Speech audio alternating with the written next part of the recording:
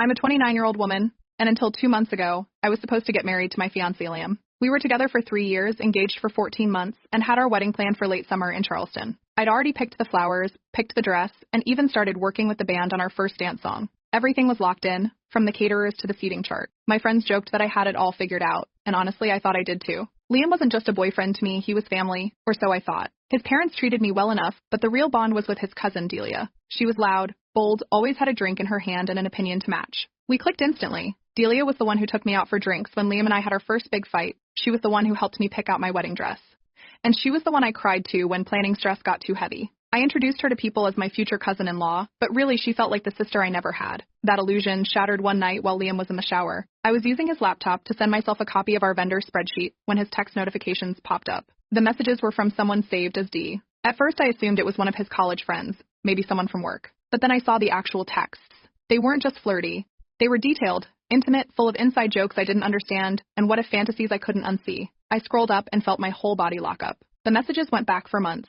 I checked the phone. Same contact, same conversations. And then I saw a selfie. It was Delia. I waited until he got out of the shower. I didn't scream. I didn't cry. I asked one question: how long?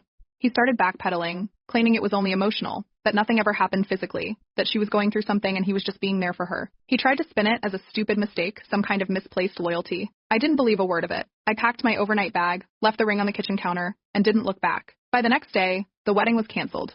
I contacted every vendor, lost the deposit on the venue, and told my bridesmaids to stand down. Some of them cried more than I did. I didn't have time to process. I just needed to cut the cord fast and clean. What I didn't expect was how quickly Delia took control of the narrative. She told people I overreacted. She insisted nothing ever happened between them, and that I was reading too much into it. She even said Liam confessed everything to me out of guilt, and I twisted it. Within days, Liam's family started splitting into 2 camps. Some of them texted me to apologize, telling me they didn't condone what happened. Others, especially the ones closest to Delia, doubled down. According to them, it wasn't cheating if there was no physical contact. One of them actually said, "You're really going to call off a wedding over some texts?" My own family wanted to stay neutral. They hated what Liam did, but didn't want to make things worse.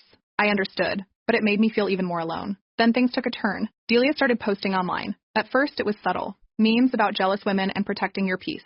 Then she escalated to TikToks about dodging red flags and how to bounce back after betrayal. She didn't mention names, but it was obvious.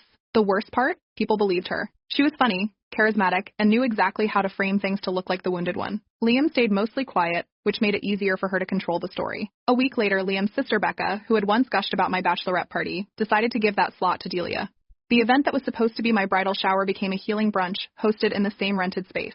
A few mutual friends showed up. One of them texted me after, apologizing. Said it felt weird, like watching someone decorate their house with furniture stolen from a wreck. I tried to ignore